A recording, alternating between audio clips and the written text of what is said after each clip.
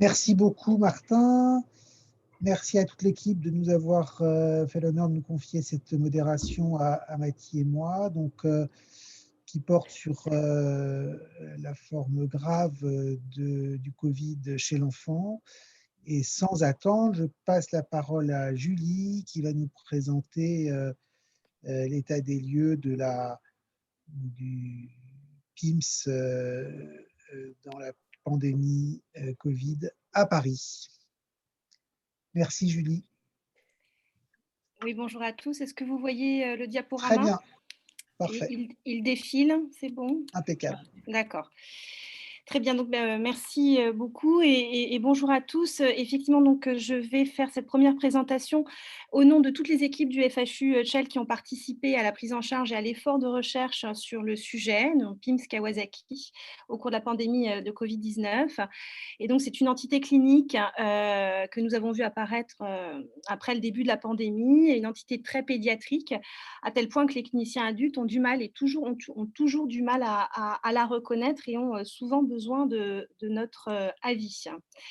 Alors, je reprends ce diaporama, mais je vais aller très, très vite. Cette diapositive qui montre justement que parmi les Covid hospitalisés chez l'enfant, la plupart du temps des formes très modérées, il y avait effectivement cette entité de type Kawasaki, et on verra après les définitions, qu'on a vu apparaître surtout sur des populations d'enfants un peu plus âgés. En fait, cela fait suite à une alerte qui a eu lieu courant avril, assez quasi simultanée dans différents pays d'Europe. D'abord Angleterre et quasi simultanément France, Italie, Espagne, avec en France une alerte dont un certain nombre d'équipes du FHU ont participé. Euh, cette cette alerte, donc initialement européenne, s'est élargie à peu près au monde entier, correspondant surtout aux zones de forte incidence Covid-19. Et vous voyez que secondairement, aux États-Unis notamment, le nombre de cas déclarés a été très élevé. Alors, la question qui se pose, c'est quel est le nom de cette entité de maladie, on va dire, hyperinflammatoire que je vais décrire juste après. Il y a eu, ça a commencé par finalement beaucoup autour de la maladie de Kawasaki, puisqu'elle ressemblait clairement dans sa forme clinique, on verra tout à l'heure. Donc Kawasaki lié au SARS-CoV-2, Kawasaki lié au Covid-19, Kawasaki-like, syndrome multisystémique. Et puis secondairement vont apparaître deux définitions proposées par l'Angleterre et les États-Unis avec le CDC et l'OMS, qui sont MIS-C, et je vous mets le nom complet à côté, ou PIMS-TS. Donc, toutes ces définitions rassemblant finalement un syndrome multisystémique inflammatoire qu'on va retrouver chez l'enfant. Alors, la première chose que je voulais quand même souligner, c'était qu'effectivement, il fallait faire le lien entre cette symptomatologie qui est apparue et l'épidémie de Covid-19. Et donc, cette première étude qui a été publiée par Naïm et l'équipe de pédiatrie à Robert Debré,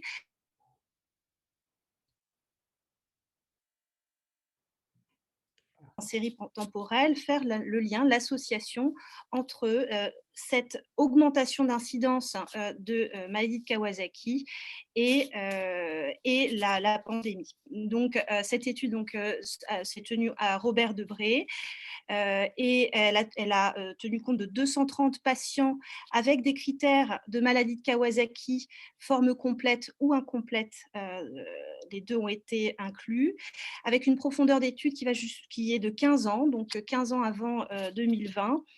Et donc, cette étude a pu montrer un lien temporel, puisque passé de 1,2 cas par mois de Kawasaki à 6 cas par mois après le début de l'épidémie de Covid. Ce qui est aussi intéressant de voir ici, c'est qu'un autre pic est à visualiser un peu plus tôt, une dizaine d'années auparavant, et qui correspond temporellement à la pandémie de H1N1 avec une possible association avec cette maladie infectieuse virale pandémique elle aussi.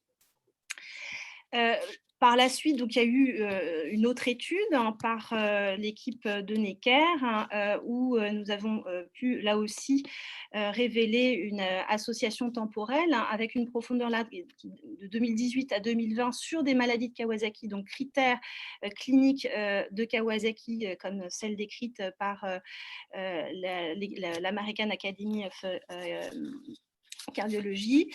Et donc on voit là aussi, là c'est une série temporelle qui est qui en fait par une période de 2 semaines. Vous voyez qu'il y a une certaine saisonnalité. C'est relativement homogène entre 2018-2019 et là en 2020 en prenant comme intervention l'alerte qui a eu lieu en avril en Angleterre initialement, vous voyez qu'il y a une augmentation clairement significative des cas, 13 fois plus de maladie de Kawasaki que les années précédentes. Alors, autre chose aussi qui a mis le lien entre finalement SARS-CoV-2, le virus, et ces Kawasaki, c'est cette étude qui est donc issue d'une collaboration étroite entre Active et son étude Covil sur les dépistages dans le secteur pédiatrique de ville et puis les hospitalisations que nous avons eues en pédiatrie pour maladie de Kawasaki. Et nous avons donc réalisé cette étude cas témoins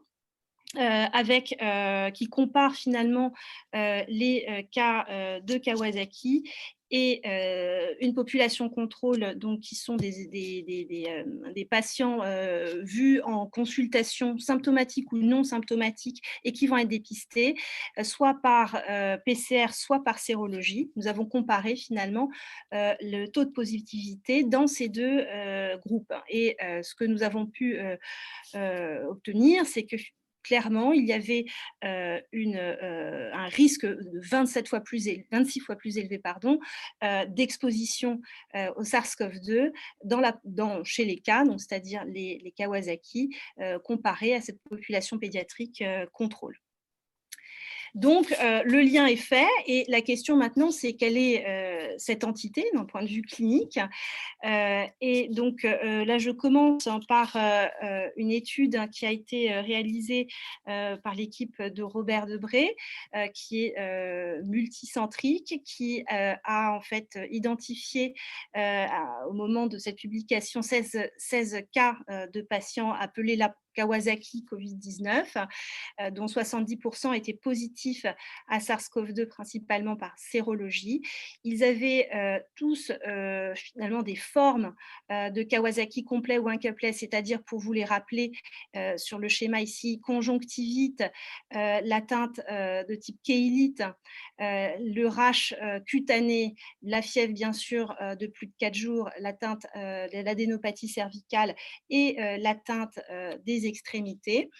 Et donc, ce qui était intéressant aussi de voir, c'est que à la différence quand on regardait d'abord la sévérité, c'est-à-dire ceux qui passaient en réanimation dans ces 7 patients, ils étaient en général plus âgés, ils avaient des taux de ferritine plus élevés, donc avec une part hyper-inflammatoire, des taux de lymphocytes plus faibles et le plus souvent une résistance aux immunoglobulines, donc le traitement de référence, on verra plus tard, en tout cas là actuellement, à ce moment-là, du Kawasaki.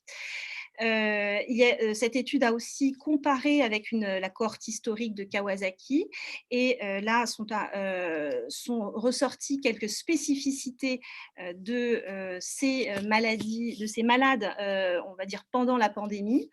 Ils étaient en général plus âgés. Il y avait une surreprésentation de population ayant des origines afro-caribéennes. Il y avait des signes cliniques assez spécifiques et là, ils sont en rouge, c'est-à-dire des manifestations gastro-intestinales, une atteinte cardiaque, que ce soit péricardite, mais surtout myocardite, et principalement dans les formes sévères, c'est-à-dire celles qui sont passées en réanimation. Des marqueurs inflammatoires plus élevés, notamment en termes de CRP.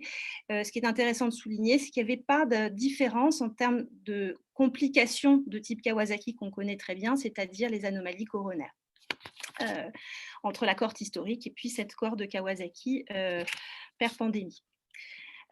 Ces données correspondent totalement à une autre étude qui a été faite à Necker sur 20 enfants, où donc on a pu observer déjà que ces enfants faisaient cette maladie 4 à 6 semaines après soit des symptômes en faveur d'une maladie Covid, en général très peu symptomatique, soit en contact avec un cas confirmé Covid par PCR, donc ce délai de 4 à 6 semaines à retenir. Pareil, une forte positivité d'anticorps et tous avaient donc la fièvre et des critères de Kawasaki. Là aussi, l'âge plus élevé par rapport à une cohorte historique de Kawasaki dans le centre, beaucoup plus de manifestations abdominales, voire pseudo-chirurgicales, des atteintes neurologiques à type de méningite ou de manifestations encéphalytiques, plus de chocs, et notamment cardiogéniques, et une dysfonction myocardique avec des marqueurs de myocardique de type troponine ou BNP de façon clairement plus élevée. Les paramètres là aussi plus élevés et des taux de lymphocytes plus faibles. On voit ici quelques particularités de ces manifestations de Kawasaki qu'on a vues.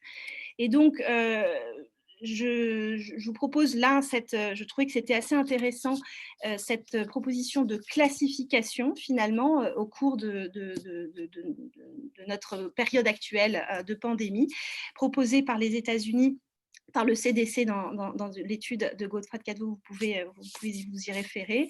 On a observé dans notre expérience finalement 3 types. Un type, on va dire, très proche de la maladie de Kawasaki qu'on connaît, avec des formes plutôt cliniques et des formes cliniques complètes de Kawasaki. Mais aussi incomplète, avec des taux de séropositivité Covid, on va dire modérés, 63%, pas beaucoup d'atteintes cardiaques. Et à l'extrême, en revanche, des formes beaucoup plus sévères qui nous font penser à ces formes de type choc, Kawasaki choc syndrome ou KDSS, avec une atteinte myocardie, une atteinte un passage en réanimation plus fréquent, des taux de troponine très élevés, et puis là, pour le coup, un taux de positivité SARS-CoV-2. Entre les deux, et je dirais que ce sera plutôt chez des adolescents, voire des jeunes adultes, une forme assez mixte, adulte pédiatrique, respiratoire, avec une atteinte respiratoire qui pouvait aller jusqu'au SDRA, comme on le voit chez l'adulte, mais avec des manifestations cardiaques pouvant être associées, donc un overlap entre l'adulte et l'enfant. Donc, en conclusion, cette maladie n'est nouvelle, mais pas si nouvelle que ça. Ce qu'il faut voir, c'est qu'elle est systématiquement associée à des pics d'incidence de Covid-19, notamment adultes, et elle a suivi pendant tous ces mois les vagues épidémiques en France, mais aussi dans d'autres régions du monde, que les manifestations Kawa-like, PIMS, semble arriver 4 à 6 semaines après une forme polysymptomatique ou asymptomatique avec contact de SARS-CoV-2. Ce que je peux récupéré comme leçon que nous avons tous eu au cours de ces différents mois, c'est que déjà, premièrement, oui, il y a beaucoup de nominations de cette entité, Kawasaki, Kawasaki Lab, PIMS, MIS-C, etc. Ce n'est pas si important que ça. Ce qui est important, c'est comment soigner l'enfant et on va voir justement le type de traitement qu'il faudra mettre. Et pour soigner l'enfant correctement, il faut savoir le reconnaître, pas forcément attendre obligatoirement les 5, 6, 7 jours de fièvre et en tenir compte même quand on est face à des formes incomplètes de maladie de Kawasaki. Se souvenir qu'il y a des formes avec manifestation intestinale inaugurale et donc en tenir compte et y penser. Faire systématiquement un prélèvement sanguin qui intègre un dosage de propamine et de BNP pour voir l'atteinte cardiaque dont les manifestations ne sont pas toujours claires d'un point de vue clinique et se mettre en contact avec un cardiologue. Et puis après, effectivement, ça va être traité bien, mais attention, ne pas être obnubilé par ces formes non plus, penser, parce qu'ils ont des manifestations qui pourraient ressembler à des infections bactériennes sévères, réfléchir au-delà du PIMS Kawasaki et ne pas louper l'affection bactérienne comme on a pu en voir parfois. Et nous, on a un exemple avec une infection invasive à méningocoque qui a été traitée un peu tardivement de ce fait. Voilà, je vous remercie beaucoup et je suis disponible pour toutes vos questions. Merci beaucoup, Julie. Merci d'avoir tenu scrupuleusement ton temps dans un sujet si vaste, d'avoir bien montré qu'en fait, c'est plus un spectre qu'une seule maladie. Et enfin, et je crois que c'est important de rappeler que même s'il y a des nouvelles maladies qui apparaissent, les anciennes existent toujours et qu'il ne faut pas les oublier. C'était une présentation très claire et vraiment très intéressante. Alors, pour l'instant, je n'ai pas de questions sur le chat. Oui, juste si je peux faire un commentaire, Vas-y, Vincent. Mathilde. Ouais, Simplement, le lien de temporalité entre l'épidémie de SARS-CoV-2 et ces PIMS, en fait, a également été montré par l'équipe de Trousseau, avec l'équipe de Ricardo Carbajal, qui a montré un lien de temporalité entre les vagues de SARS-CoV-2 en France et ces PIMS qui apparaissent effectivement de manière différée. Je voudrais quand même réinsister sur l'importance de l'évaluation clinique de ces enfants, parce qu'on sait quand même, là, on est dans une urgence thérapeutique, je lui l'ai dit, et c'est vrai qu'on s'est rendu compte que ces enfants étaient parfois pas très bien évalués au niveau hémodynamique, et c'est absolument essentiel. La tachycardie, l'hypotension sont des signes de gravité qui doivent vous indiquer une prise en charge rapide. Et c'est vrai que la différence entre les deux, donc j'avais une question moi pour Julie, parce qu'effectivement, on voit bien qu'il y a eu plus de Kawasaki. Est-ce que c'était des vrais Kawasaki? On a l'impression que oui. Et puis à côté de ça, on a des PIMS. Et on sait bien que plus le PIMS évolue de manière prolongée, plus il est grave. Donc c'est vrai que moi, je suis un petit peu entre la classe 1 et la classe 3 que tu as montré par les Américains. Ça se trouve, c'est les mêmes avec des durées d'évolution différentes. Alors oui, de toute façon, c'est clairement un continuum. Donc, je pense qu'il faut faire attention. Il y a quand même des formes de type Kawasaki qui ne vont pas évoluer vers des formes cardiaques et d'autres qui vont le faire effectivement, qui vont arriver avec un maladie de Kawasaki, un taux de troponine faible et qui secondairement vont décaler leur troponine ou avoir une dysfonction cardiaque à l'échographie. C'est pour ça qu'il faut être, je pense, très systématique et très vigilant, tant d'un point de vue clinique, comme tu le soulignais, sur l'état hémodynamique, mais aussi sur les paramètres qui peuvent nous aider, avant même que les symptômes s'expriment d'un point de vue hémodynamique, d'orienter le traitement et la prise en charge et la surveillance aussi de ces enfants. Donc oui, c'est un continuum et je pense qu'il faut éviter de dire à partir du moment où j'ai un Kawasaki typique, je ne vais pas regarder le reste. Je pense qu'il faut maintenant intégrer dans notre prise en charge de Kawasaki tout ce qu'on fait en termes de dépistage de gravité pour les PIMS. Donc, une évaluation clinique soigneuse et une évaluation biologique complète qui doit être effectuée dès les urgences, parce que ça permet de rattraper certains diagnostics. Parce que plus ces patients, au contraire des Kawasaki où on a un petit peu le temps de réfléchir, dans certaines formes de PIMS, il faut prendre une décision rapidement. Et merci beaucoup d'avoir souligné. Alors, j'ai effectivement pas pu faire un topo avec toutes les publications des équipes du FHU. J'en suis désolée, mais bien sûr, il y a eu beaucoup d'autres publications, dont la vôtre, qui est très importante.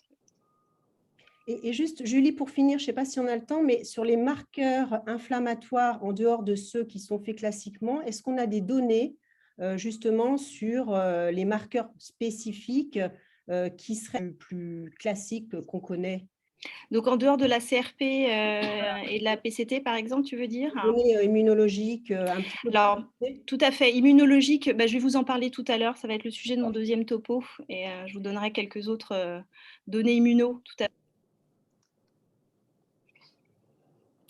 Merci beaucoup, Julie. Pardon, oui, Oui, Martin. il y avait des questions sur le traitement des PIMS, mais du coup, ça va être On va en abordé parler juste après après. de ça. Voilà.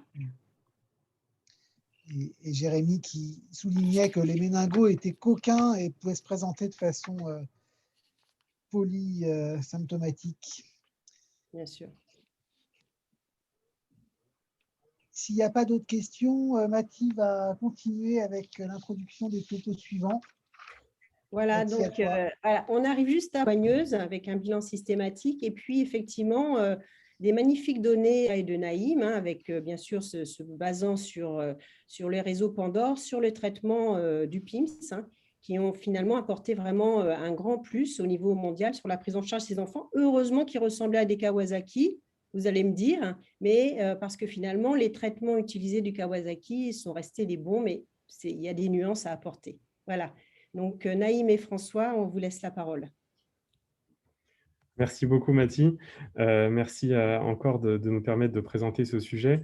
Avant de commencer, je tiens à préciser qu'on le présente là, mais ça a fait vraiment l'objet d'une collaboration nationale avec de multiples instances, dont Santé publique France, qui a été en première ligne pour identifier ces patients et qui a mis très rapidement en place une déclaration obligatoire qui a permis donc de recenser ces cas. Et encore une fois, le réseau Pandore via Active, le GPIP et l'ensemble des sociétés savantes qui sont représentées ici a permis de rendre possible cette cohorte qui s'est mise en place de façon quasi instantanée et qui a permis, en décrivant correctement ces patients, de mener après des études à la fois descriptives et thérapeutiques qu'on vous présente là. Mais donc, ça représente vraiment un travail collégial. Je tiens effectivement vraiment à insister beaucoup dessus. Il y a eu effectivement un consortium, un comité de pilotage avec l'ensemble des sociétés savantes et Santé publique France qui a permis de faire ce travail, là encore, avec très très peu d'équivalents au niveau mondial. Donc, il y a Alexandre Bello qui a été vraiment le chef d'orchestre de ce comité de pilotage et qui continue à l'être.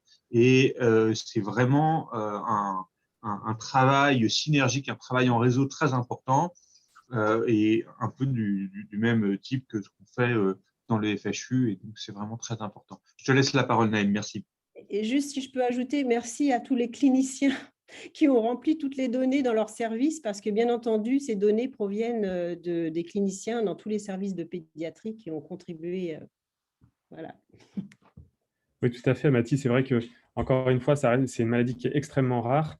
Et donc, mettre en place ce type d'études, ça nécessite d'avoir des cohortes qui soient nationales, avec des investigateurs multiples, investis pour colliger ces cas. Et vraiment, on s'est rendu compte qu'avec 60 centres, on avait finalement qu'une centaine de patients. Donc, c'était vraiment hyper important et nécessaire d'avoir cette collaboration et cet investissement de l'ensemble des investigateurs.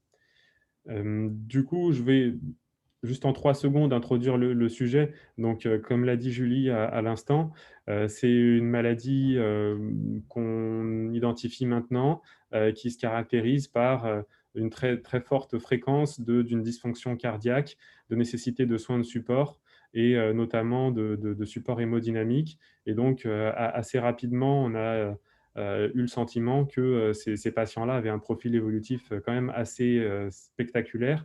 Et donc, très vite, il a été assez évident que c'était la forme clinique finalement la plus sévère associée au SARS-CoV-2 avec l'imputabilité qui a été développée par Julie. Et donc, je ne reviens pas là-dessus.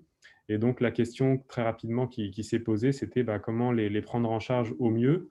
Et donc, étant donné on va dire le continuum et la convergence entre les signes cliniques des patients avec la maladie de Kawasaki qu'on connaissait historiquement et ce syndrome avec un chevauchement très proche entre les deux entités, finalement, à la fois la prise en charge initiale des patients, mais aussi les premières études avec des consensus pour la prise en charge thérapeutique de ces patients, ont proposé de les traiter finalement comme des maladies de Kawasaki et proposer du coup en première ligne des immunoglobulines et éventuellement dans les situations les plus sévères ou en cas de rechute, d'inefficacité de cette première ligne, proposer également l'ajout de corticoïdes. Et donc c'est dans ce contexte qu'on a essayé de comparer ces deux approches thérapeutiques. Donc, comme François le disait, c'est une étude qui a été rendue possible aussi par la collaboration avec Santé publique France, qui a mis en place dès le mois d'avril, quand les premiers cas ont été rapportés, finalement un reporting obligatoire à l'Agence de santé publique française, qui permettait donc de colliger tous ces cas. Et sur la base de cette déclaration, on a pu après contacter les différents cliniciens qui ont pris en charge ces patients pour leur demander à la fois de remplir le CRF sur Pandore, mais aussi de transmettre, et c'était un élément hyper important, de transmettre les dossiers médicaux afin d'avoir le maximum d'informations cliniques sur ces patients pour essayer à la fois de décrire les traitements qu'ils ont reçus et l'évolution en fonction des différents traitements mis en place. Donc pour ça, on a dû se coller à une définition. Donc Julie a insisté sur la difficulté à identifier ces patients. Et donc dans ce contexte, l'OMS a proposé une définition qui a ses limites, mais qui a l'avantage d'être l'OMS. Et donc on s'est basé dessus pour sélectionner et inclure nos patients. Donc je ne rentre pas dans le détail des critères d'inclusion, des critères de définition de l'OMS, mais on pourra en discuter si besoin.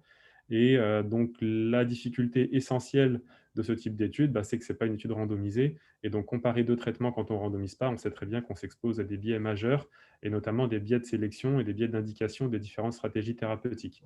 Et donc, l'exemple le plus simple, c'est que finalement, on va avoir à traiter de façon plus intensive, on va avoir plutôt tendance à traiter de façon intensive un patient qui présente une forme clinique sévère qu'un patient qui présente une forme clinique plus modérée.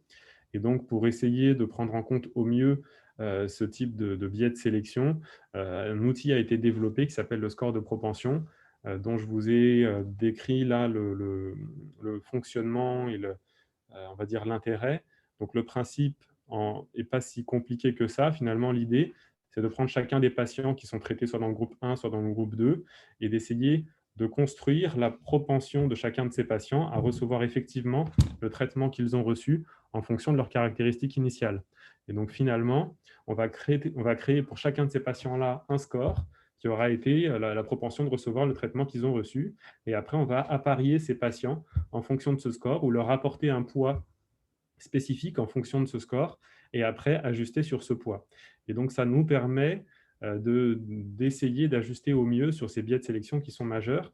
Et donc là, c'est représenté avec ce graphique-là où on voit finalement la différence moyenne standardisée sur chacune des caractéristiques entre les deux groupes. Donc, on voit que c'est des patients qui ont un âge qui est très différent, donc là, c'est une autre étude, mais c'est pour montrer le concept, qui ont des caractéristiques initiales différentes. Et après ajustement, donc c'est en bleu ciel, on voit que finalement, la différence à baseline se retrouve quasi nulle.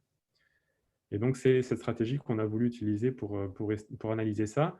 Donc, on a comparé du coup deux groupes thérapeutiques. Le premier était les patients qui ont reçu des immunoglobulines seules, et le deuxième était les patients qui ont reçu des immunoglobulines plus des corticoïdes par voie intraveineuse.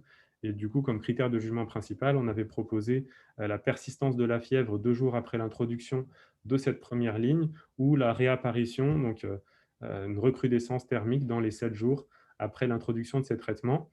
Et comme critère de jugement secondaire, on avait proposé donc la nécessité de mettre une deuxième ligne thérapeutique, la nécessité de support hémodynamique, l'apparition secondaire d'une défaillance cardiaque et la durée de nécessité de prise en charge en réanimation. Donc voilà très rapidement le flowchart. Donc 180 patients avaient été rapportés à l'agence, donc à Santé publique France à ce moment-là, parmi lesquels 111 ont pu avoir donc à la fois ont pu remplir les critères OMS de définition du PIMS. Et parmi ceux-ci, on avait finalement 34 patients qui avaient une bithérapie et 72 qui avaient une monothérapie et qu'on a pu matcher via le score de propension.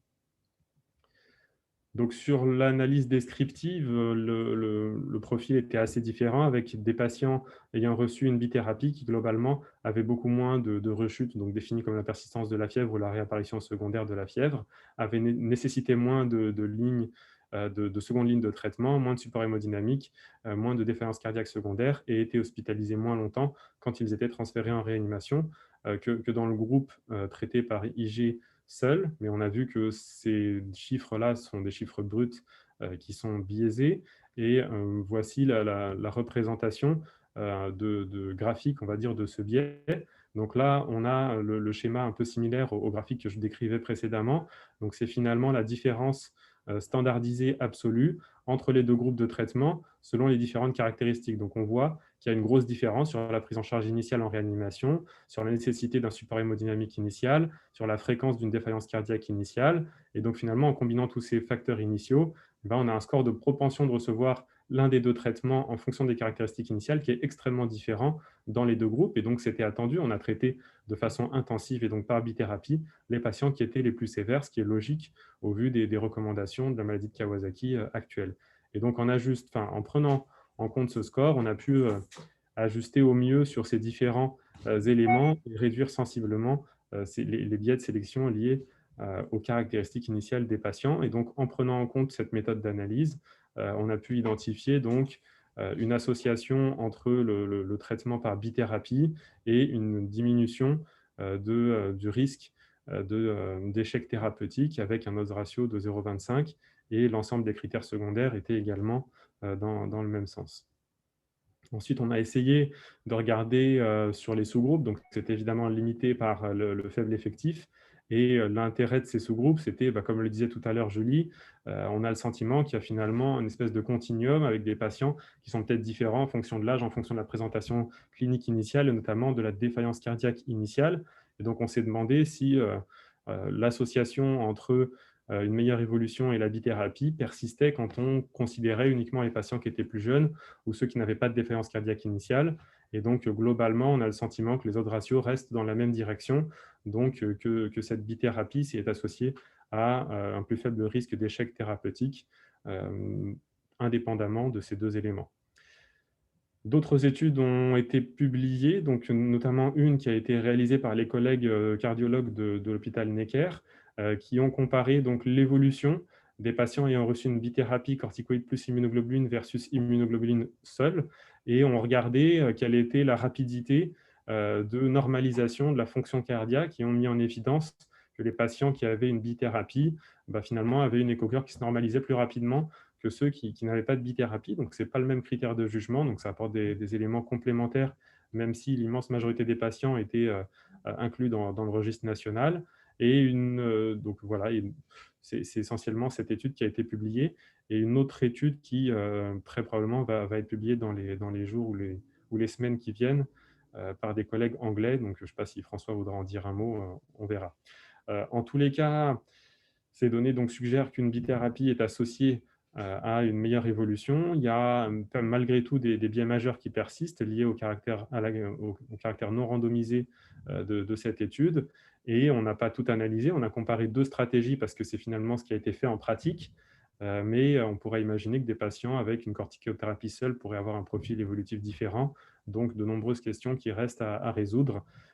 Et je vous remercie pour votre attention, et je tiens à remercier du coup à nouveau tous les investigateurs qui ont participé à cette étude et qui ont rendu possible ce type d'analyse, et l'ensemble des sociétés savantes ainsi que le FHU qui coordonne tout ça. Merci beaucoup.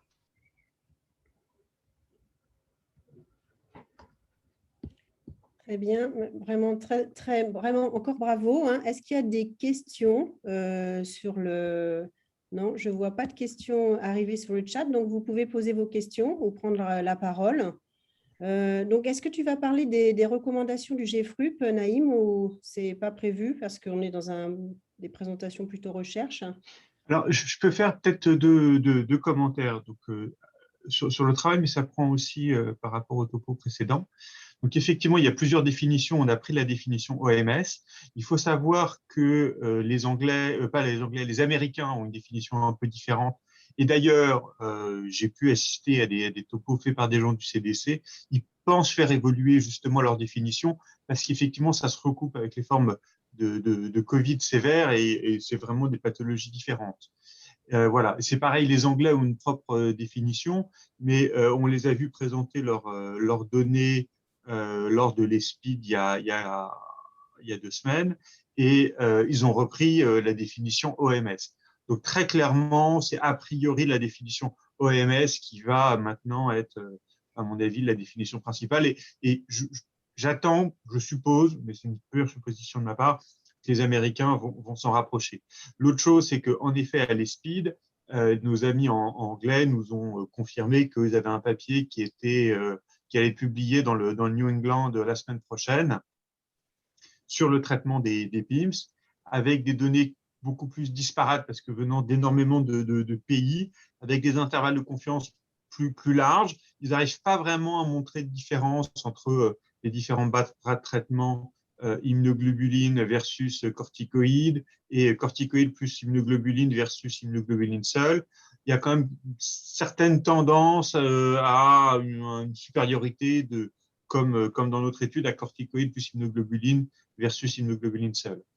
Voilà. Et donc, c'est là encore, c'est un travail qui est très important. On a été approché par l'OMS, on est en train de réfléchir sur des recommandations au niveau mondial.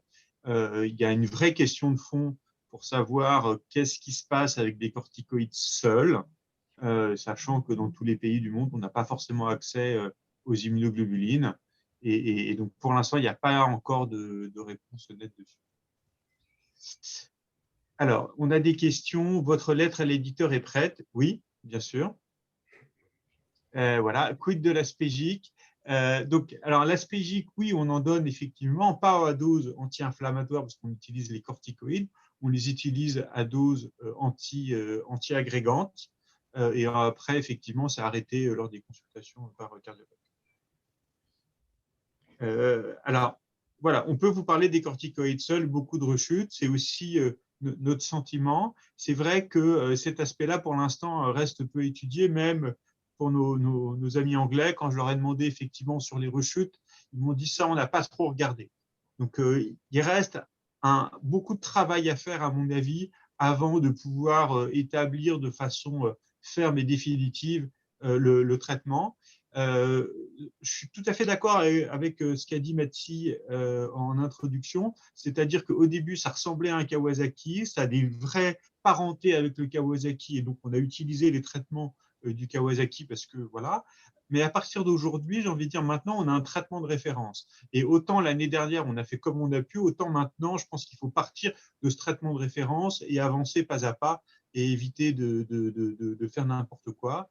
Et donc, je pense que là, au jour d'aujourd'hui, malgré effectivement la faiblesse des données dont on dispose, il faut utiliser ces données-là, il faut utiliser un traitement corticoïde plus immunoglobuline et avancer avec une vraie recherche, une vraie attitude de recherche clinique sur comment faire avancer le traitement. François, il y a une question sur le surrisque de thrombose, comme dans les formes de Covid sévère de l'adulte. Alors, ça permet effectivement de revenir sur les recommandations du GFRUP, mais c'est effectivement plus large que ça, parce que c'est aussi des recommandations du comité de pilotage.